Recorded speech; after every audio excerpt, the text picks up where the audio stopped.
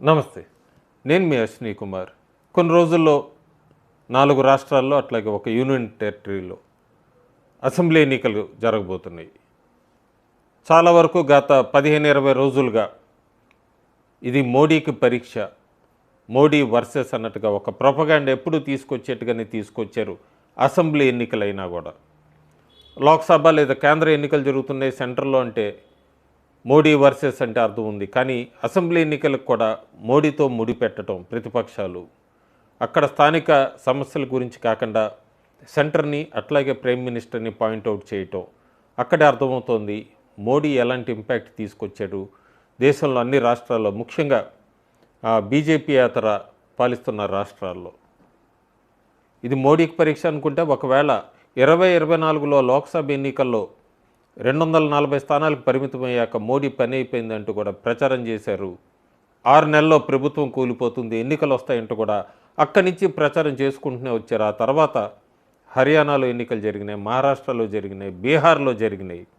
ఇక్కడ గెలవటమే కాకుండా ఢిల్లీ లాంటి చోట అరవింద్ కేజ్రీవాల్ ఆ పార్టీని ఓడించి బీజేపీ అక్కడ అధికారం కైవసం చేసుకుంది.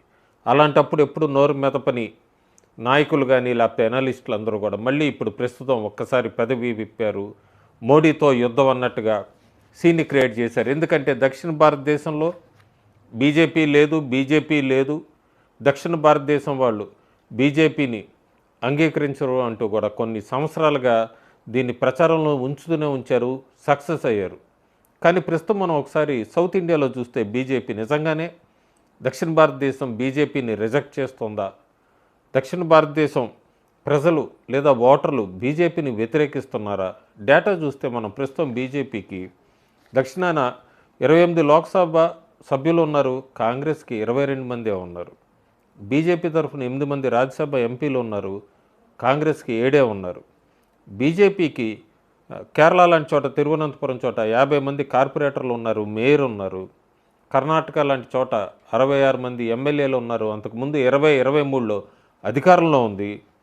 ఆంధ్రప్రదేశ్లో ఎన్డీఏతో భాగస్వామిగా 10కి పోటీ చేసి 8 స్థానాలు గెలిచింది.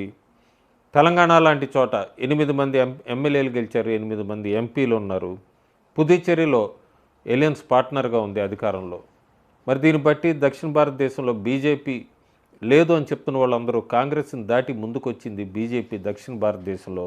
దాని గురించి మాట్లాడాలి. కాంగ్రెస్ దేని గురించి వర్రీ అవ్వాలంటే ఢిల్లీలో పూర్తిగా తుడిచిపెట్టుకుపోయింది. ఉత్తరప్రదేశ్లో, బీహార్లో, బెంగాల్లో, ఉత్తరాఖండ్లో, నార్త్ ఈస్టర్న్ స్టేట్స్లో వీటన్నిటిలో కూడా తుడిచిపెట్టుకుపోయింది. ఒక్కసారి వాళ్ళు ఆలోచించుకోవాలి. బీజేపీ లేదు దక్షిణ భారతదేశంలో అంటున్న కాంగ్రెస్ నాయకులు. మోడీ మీద ప్రచారం, ఈ మధ్య యుద్ధం అప్పుడు ఎల్పిజి సిలిండర్లు దీని గురించి ఒక రకమైన అంటే అన్ని బ్లాక్లోకి తీసుకొని వచ్చారు. ఎల్పిజి క్రైసిస్ అనేది క్రియేట్ చేయడానికి ప్రయత్నించారు, ఎక్కడా వర్కౌట్ కాల. ఎల్పిజి మనం చూస్తే కవరేజ్ 2014 దాకా 50% ఉండేది, ప్రస్తుతం 2026లో 98% ఉంది. టాయిలెట్స్ కవరేజ్ చూస్తే 2014 దాకా 39% ఉంది, ప్రస్తుతం 98%. బ్యాంక్ కవరేజీలు అప్పటికి ఇప్పటికీ 99% ఉంది. ఎలక్ట్రిసిటీ తీసుకున్న ఆప్టికల్ ఫైబర్స్ అయినా, ట్యాప్ వాటర్ అయినా 2014 ఆ తర్వాత 12 సంవత్సరాల గ్రాఫ్స్ చూస్తే డేటా చెప్తుంది 60 సంవత్సరాల డైనాస్టీనా, 12 సంవత్సరాల మోడీ పరిపాలన ఏంటి అనేది. పెట్రోల్ గురించి కూడా చాలా ప్రచారం తీసుకొచ్చారు. షిప్లు ఆగిపోయినాయి, అక్కడ అయిపోయినాయి, ప్రపంచంలో రేట్లు పెంచేశారు అన్ని దేశాల్లో. కానీ ఈ రోజుకి భారతదేశంలో అదే రేట్లో ఉంది. ఒకవేళ మనం ప్రైస్ కంపారిజన్స్ చూసుకున్న భారతదేశంలో 79 నుంచి 2026 దాకా గ్రాఫ్ పెడుతున్నాను. అతి తక్కువ, ఎక్కువ సంవత్సరాలు ఒకటే ప్రైస్ మీద తక్కువగా పెంచింది ఇప్పుడు ఈ 12 సంవత్సరాల్లోనే. సో పెట్రోల్ రేట్స్ పెరగలేదు, ఎల్పిజి అలా అన్నీ బాగానే ఉంది. ప్రైస్లంతా కూడా ఎల్పిజి 2014 నుంచి కవరేజ్ తీసుకుంటే ప్రస్తుతం దాకా ఈ 12 ఏళ్లలో బ్రహ్మాండంగా భారతదేశంలో మొత్తం అంతా కూడా కవర్ అయింది. ఇంకా ఎన్నికల సంఘం తీసుకొచ్చిన సార్ ప్రాసెస్ గురించి కాంగ్రెస్కి చెందిన మేధావులంతా కూడా సోషల్ మీడియా, ట్విట్టర్లో హడావిడి చేస్తున్నారు. ఎక్కడెక్కడ డిలీట్ చేస్తే అక్కడ బీజేపీ గెలుస్తోంది. వెస్ట్ బెంగాల్లో 90 లక్షల మందిని డిలీట్ చేశారు. సో బెంగాల్లో కూడా బీజేపీ వస్తుంది, ఎన్నికల సంఘం బీజేపీ కలిసిపోయారని. ఈ సార్ అనే ప్రాసెస్ మొట్టమొదటిసారి కాదు, ఎప్పటి నుంచో నడుస్తూనే ఉన్న ప్రాసెస్. ఎప్పుడూ కూడా చనిపోయిన వాళ్ళ ఓట్లు డబుల్ రిజిస్ట్రేషను, అక్కడ 2 రాష్ట్రాల్లో ఉన్న వాళ్ళు మైగ్రేట్ అయిన ఓటర్సు, ఫేక్ ఓటర్స్ ఇవి డిలీట్ చేస్తూనే ఉంటుంది. అది ఒక నిరంతర ప్రక్రియ. సార్కి ఎన్నికల సంఘానికి ముడిపెట్టడం కాంగ్రెస్కి అలవాటే. మనం గతం చూస్తే సారు కాంగ్రెస్ అధికారంలో ఉన్నప్పుడు ఒక చిన్న ఎగ్జాంపుల్, ఢిల్లీ లాంటి చోటే 13,60,000 మంది ఓటర్స్ని తీశారు. మరి ఆ రోజు కాంగ్రెస్ అధికారంలోనే ఉంది, అప్పుడు ఎవరు ఏం మాట్లాడలేదు. అదే కాంగ్రెస్ పార్టీ ఈరోజు అపోజ్ చేస్తోంది. వీళ్ళ ఉద్దేశంలో చనిపోయిన వాళ్ళు, ఫేక్ ఓటర్సు, మైగ్రేటెడ్ ఓటర్స్ వాళ్ళు వచ్చి డబుల్ ఓట్ వేస్తే వాళ్ళ డెమోక్రసీని డిసైడ్ చేసేది. ఏ రకంగా వీళ్ళు అడుగుతున్నారు సార్ అక్రమం అన్నది వాళ్ళు ఆలోచించుకోవాల్సిన విషయం. ఇంకా 4 రాష్ట్రాల పరిస్థితి చూస్తే ఎన్నికలకు సంబంధించి నా వరకైతే అస్సాం, పుదుచ్చేరి చాలా క్లియర్గా ఉంది.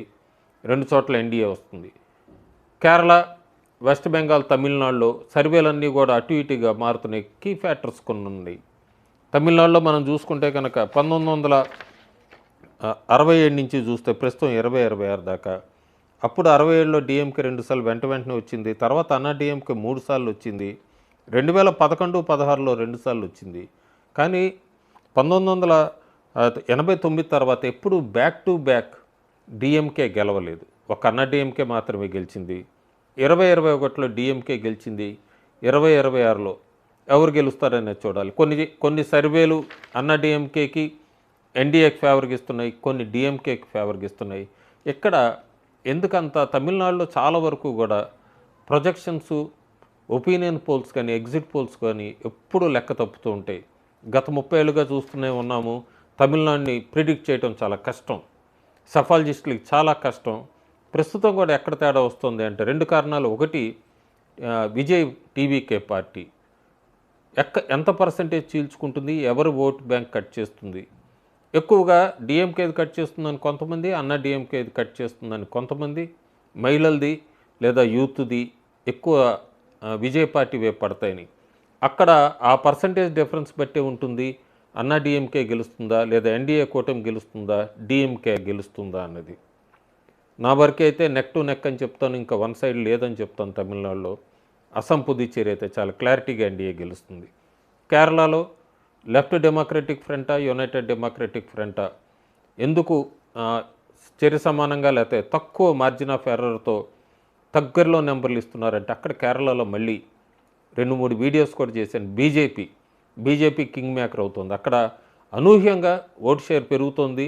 అలాగే మొట్టమొదటిసారి 3 నుంచి 5 అసెంబ్లీ స్థానాలు గెలుచుకునే అవకాశం కేరళలో ఉంది.